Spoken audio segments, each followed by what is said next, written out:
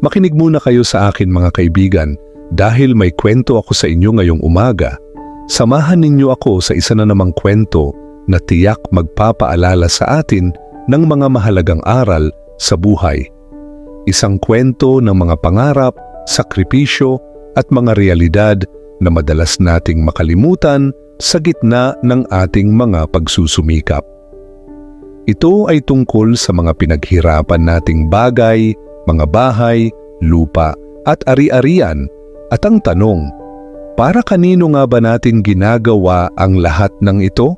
Simulan natin ang araw na may bukas na isipan, tanungin natin ang ating mga sarili. Ano ba talaga ang tunay na mahalaga? Umpisahan na natin. Ako si Jake, isang matalik na kaibigan ni Mang Berting. Sa halos 20 taon ng pagkakaibigan namin, marami akong natutunan mula sa kanya, lalo na pagdating sa pangarap, pera at tunay na kaligayahan sa buhay. Si Mang Berting ay isang OFW na nagtatrabaho sa Middle East.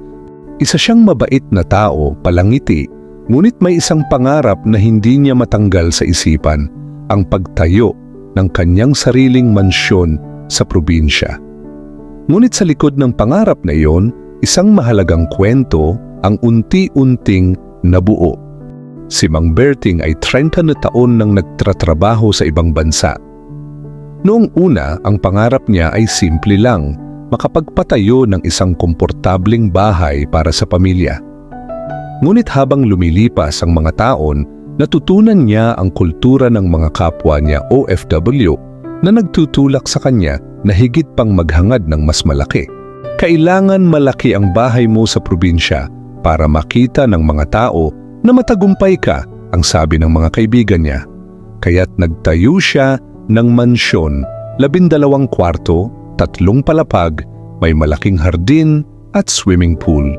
Ang tanging problema, nasa Middle East siya habang itinatayo ang lahat ng ito at halos 1 dekada na ang lumipas bago natapos ang bahay. Tuwing bakasyon, bumabalik si Mang Berting sa Pilipinas, ngunit napapansin niya na hindi na siya ganun kasaya sa kanyang mansyon. Ang mga kwarto, bagamat maganda at malaki, ay walang laman. Ang kanyang mga anak ay may sari-sarili ng buhay sa lungsod at ang asawa niya, si Aling Mila, ay mas gusto nang tumira sa kanilang maliit na bahay sa bayan. Samantala, ang tagapangasiwa nilang si Kuya Mar na tumira at nag-alaga ng bahay habang wala sila, ang totoong nakinabang dito. Si Kuya Mar ang nag-e-enjoy sa mga araw-araw na ginhawa ng mansyon. Nakaupo siya sa teres, humihigop ng kape habang pinapanood ang paglubog ng araw, mga bagay na si Mang Berting ay halos hindi na maranasan. Sa tuwing bumabalik si Mang Berting, napapansin niyang luma na ang mga pintura may mga sira sa bahay at tila hindi na ito kasing gara tulad ng unang beses na itinayo. Nagising siya isang araw na nagtataka kung bakit ba niya inuna ang bahay na ito habang sa Middle East umuupa lamang siya ng isang maliit na kwarto, nagtitipid para lamang mapunduhan ang mansyon.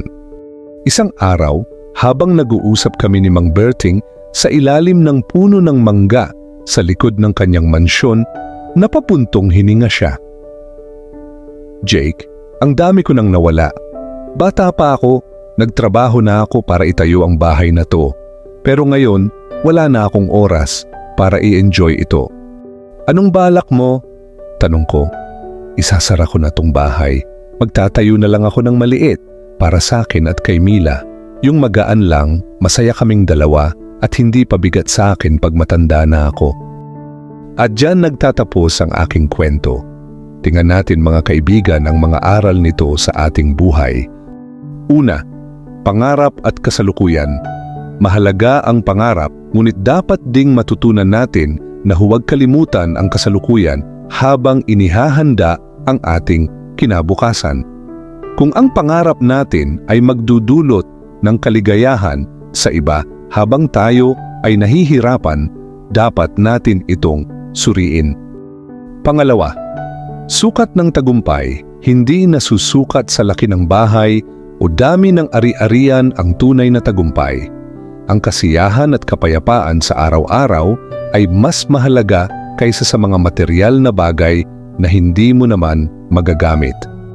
Pangatlo, pagpili ng simpleng buhay. Ang kaligayahan ay hindi laging nakukuha sa mga malalaking bagay. Minsan, mas masarap mabuhay ng simple kasama ang mga mahal mo sa buhay kaysa sa malaki at magarbong ari-arian na walang laman at hindi mo magawang ma-enjoy. Pang-apat, pagpapahalaga sa sarili.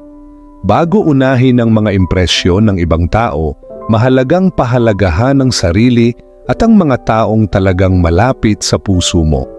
Huwag isakripisyo ang kasalukuyang kaligayahan para sa isang hindi tiyak na hinaharap. Sa bandang huli, natutunan ni Mang Berting na hindi pala sa laki ng bahay nakasalalay ang tunay na kaligayahan, kundi sa simpleng pamumuhay kasama ang mga mahal sa buhay na walang alalahanin at pabigat. Ngayon mga kaibigan, matapos nating marinig ang kwento ni Mang Berting, tanong ko sa inyo, ano ang nararamdaman ninyo? Sa inyong palagay, mahalaga ba talaga ang mga material na bagay gaya ng malaking bahay o mansyon? O baka naman may mga bagay na mas mahalaga na minsan ay nakakalimutan natin dahil abala tayo sa pagtupad ng ating mga pangarap? Ano nga ba ang tunay na mahalaga sa buhay? Pera? Ari-arian?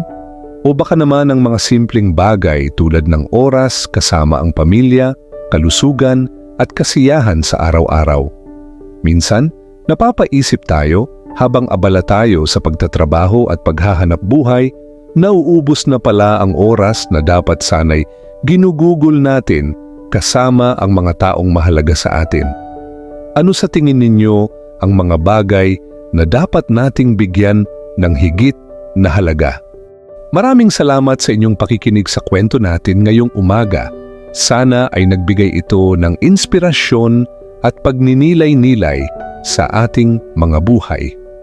Kung nagustuhan ninyo ang ganitong klase ng kwento at nais pang makinig sa susunod, huwag kalimutang mag-follow sa ating page. Naway patuloy tayong magsama-sama sa mga susunod na kwentuhan at sama-sama nating tuklasin ang mga aral na dala ng bawat kwento. Hanggang sa muli at magandang umaga sa inyong lahat.